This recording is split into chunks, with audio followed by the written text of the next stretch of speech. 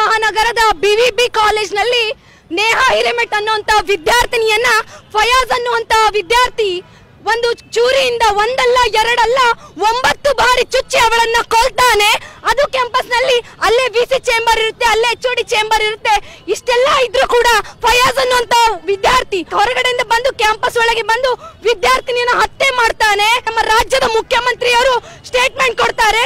ಅವ್ರದ್ದೇನೋ ಸಮಸ್ಯೆ ಇರಬಹುದು, ಒಂದು ವೈಯಕ್ತಿಕ ಸಮಸ್ಯೆ ಇರಬಹುದು ಅನ್ನಂತ ಸ್ಟೇಟ್ಮೆಂಟ್ ಕೊಡ್ತಾರೆ. ನಾನೊಂದು ಪ್ರಶ್ನೆ ಮಾಡ್ಲಿಕ್ಕೆ ಇಷ್ಟಪಡ್ತೀನಿ ಮುಖ್ಯಮಂತ್ರಿ ಅವರೇ, ನಿಮ್ಮ ಕಾಂಗ್ರೆಸ್ ಪಾರ್ಟಿಯ ಕಾರ್ಪೊರೇಟರ್ ಆದಂತಹ ಮಗಳಿಗೆ ರಕ್ಷಣೆ ಕೊಡ್ಲಿಕ್ಕೆ ಆಗ್ಲಿಲ್ಲ ಅಂದ್ರೆ ಇನ್ನ ಕಡುಬಡು ಅಂತ ಮಹಿಳೆಯರಿಗೆ ನೀವು ರಕ್ಷಣೆ ಕೊಡಬಲ್ಲಿರಾ ಅಂತ ಪ್ರಶ್ನೆ ಮಾಡ್ಲಿಕ್ಕೆ ಇಷ್ಟಪಡ್ತೀನಿ. ಅದೇ ಪಾರ್ಟಿಯ ಗೃಹ ಸಚಿವರು ಇರ್ತಾರೆ, ಅವರು ಪ್ರೀತಿ ಮಾಡ್ತಾ ಇದ್ರು, ಅವಳು ಹೆಣ್ಮಗಳು ಪ್ರೀತಿ ಒಪ್ಕೊಂಡಿಲ್ಲ ಅಂತ ಕೊಲೆ ಮಾಡಿದ್ರು ಅಂತ ಹೇಳಿದ್ರು. ಆ ಪಾರ್ಟಿಯ ಗೃಹ ಸಚಿವರು ಒಂದು ಸ್ಟೇಟ್ಮೆಂಟ್ ಕೊಡ್ತಾರೆ, ಅದೇ ಪಾರ್ಟಿಯ ಮುಖ್ಯಮಂತ್ರಿ ಅವರು ಒಂದು ಸ್ಟೇಟ್ಮೆಂಟ್ ಕೊಡ್ತಾರೆ. ಮತ್ತೆ ಅಲ್ಲಿ ಧಾರವಾಡ ಮತ್ತು ಹುಬ್ಬಳ್ಳಿಯ ಉಸ್ತುವಾರಿ ಸಚಿವರು ನೋಡ್ಬೇಕಾದ್ರೆ ಅವರೊಂದು ಸ್ಟೇಟ್ಮೆಂಟ್ ಕೊಡ್ತಾರೆ, ಆ ಫಯಾಜ್ ಅನ್ನುವಂತ ವ್ಯಕ್ತಿಗೆ ಗಲ್ಲು ಶಿಕ್ಷೆ ಆಗ್ಬೇಕು ಅಂತ. ಅದೇ ಒಂದೇ ಪಾರ್ಟಿಯ 3 ನಾಯಕರು 3 ಸ್ಟೇಟ್ಮೆಂಟ್ ಕೊಡ್ತಾರೆ. ತಮ್ಮ ಪಾರ್ಟಿಯಲ್ಲಿ ಏಕತೆ ಇಲ್ಲ ಅವರು. ಇನ್ನ ಈ ನಾಡಿನ ಜನತೆಗೆ ನ್ಯಾಯ ಕೊಡ್ತಾರಂತ ಪ್ರಶ್ನೆ ಮಾಡ್ತೀನಿ.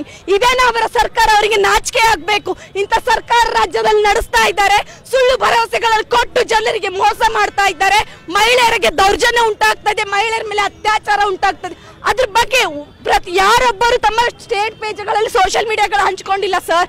ಅದು ಈ ನಮ್ಮ ರಾಜ್ಯದ ಮಹಿಳಾ ಮತ್ತು ಮಕ್ಕಳ ರಕ್ಷಣಾಧಿಕಾರಿ ಏನು ಉಸ್ತುವಾರಿ ಅವರದಾರ, ಅವರು ಕೂಡ ಒಂದು ಪೇಜ್ ಅಲ್ಲಿ ಒಂದು ಫೋಟೋ ಹಾಕಿದ್ದಾರೆ. ಅವರ ಜೊತೆ ನಾನಿದ್ದೀನಿ ಅಂತ ಒಂದು ಫೋಟೋ ಶೇರ್ ಮಾಡಿದ್ದಾರೆ. ಹೊರತು ಅವ್ರ ಮನೆಗೆ ಹೋಗ್ಬಿಟ್ಟು ಅವ್ರಿಗೆ ಯಾರು ಸ್ಪಂದನೆ ಕೊಟ್ಟಿಲ್ಲ, ಯಾರು ಸಮಾಧಾನ ಮಾಡಿಲ್ಲ, ಯಾರು ನ್ಯಾಯ ಕೊಡ್ಬೇಕು ಅನ್ನೋ ಆಲೋಚನೆ ಇಲ್ಲ. ತಮ್ಮ ಪಕ್ಷದ್ದು ಎಲೆಕ್ಷನ್ ಬರ್ತಾ ಇದೆ, ಪ್ರಚಾರದಲ್ಲಿ ಓಡಾಡ್ತಾ ಇದ್ದಾರೆ. ಇಂಥ ನಾಯಕರು ನಮ್ಮ ರಾಜ್ಯಕ್ಕೆ ಬೇಕಾ ಇಂತ ನಾಯಕರು ನಮ್ಮ ರಾಜ್ಯಕ್ಕೆ ಅಂತ ಪ್ರಶ್ನೆ ಮಾಡ್ಲಿಕ್ಕೆ ಇಷ್ಟಪಡ್ತೀನಿ. ನೋಡ್ರಿ ಕರ್ನಾಟಕದ ಜನತರೆ, ನಾವು ಎಲೆಕ್ಷನ್ ಬಂದಾಗ ವೋಟ್ ಮಾಡೋಗಿ ಯೋಚನೆ ಮಾಡ್ಬೇಕು. ಏನೋ ಸುಳ್ಳು ಭರವಸೆಗಳನ್ನು ಕೊಡ್ತಾರೆ, ಫ್ರೀ ಬಿಕ್ಕಿ ಬಾಡಿಗೆಗಳನ್ನು ಕೊಡ್ತಾರೆ.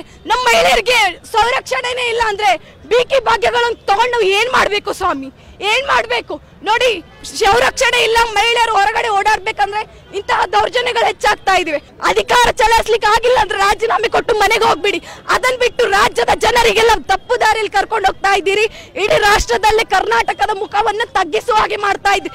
ನಾಚಿಕೆ ಆಗ್ಬೇಕು. ಈ ನಾಡಲ್ಲೇ ಬೆಳೆದು, ಈ ನಾಡಲ್ಲೇ ಹುಟ್ಟಿ, ಈ ನಾಡಿನ ಅನ್ನವನ್ನೇ ತಿಂದು, ಈ ನಾಡಿನ ಹೆಣ್ಣಿನ ಮೇಲೆ ಅತ್ಯಾಚಾರ ದೌರ್ಜನ್ಯ ಮಾಡುವಂತ ದುಷ್ಟರಿಗೆ ಅದು ಎಕ್ಸಾಂಪಲ್ ಆಗ್ಬೇಕು, ಉದಾಹರಣೆ ಆಗ್ಬೇಕು. ಅಂತ ಶಿಕ್ಷೆಯನ್ನು ನೀವು ಕೊಟ್ಟಾಗ ಮಾತ್ರ ನಮ್ಮ ರಾಷ್ಟ್ರದಲ್ಲಿ, ನಮ್ಮ ರಾಜ್ಯದಲ್ಲಿ ಭಯೋತ್ಪಾದನೆ ಆಗಲಿ, ದೌರ್ಜನ್ಯವಾಗಲಿ, ಈ ಕೊಲೆಗಳ ಪ್ರಕರಣಗಳನ್ನು ಕಡಿಮೆ ಮಾಡ್ಲಿಕ್ಕೆ ಸಾಧ್ಯ ಆಗುತ್ತೆ.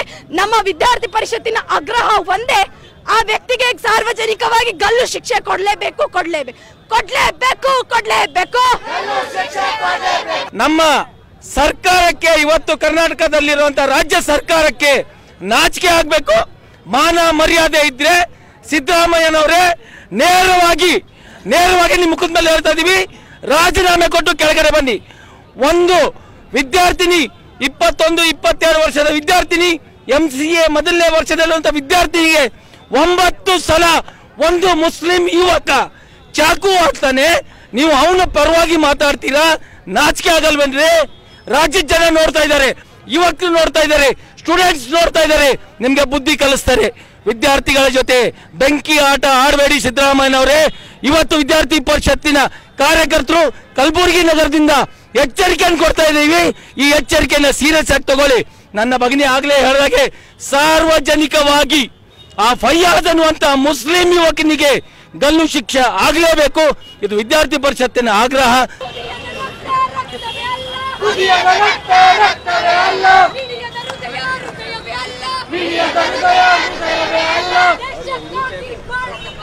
ದೇಶಕ್ಕಾಗಿ ಬಾಳದ ಬದುಕು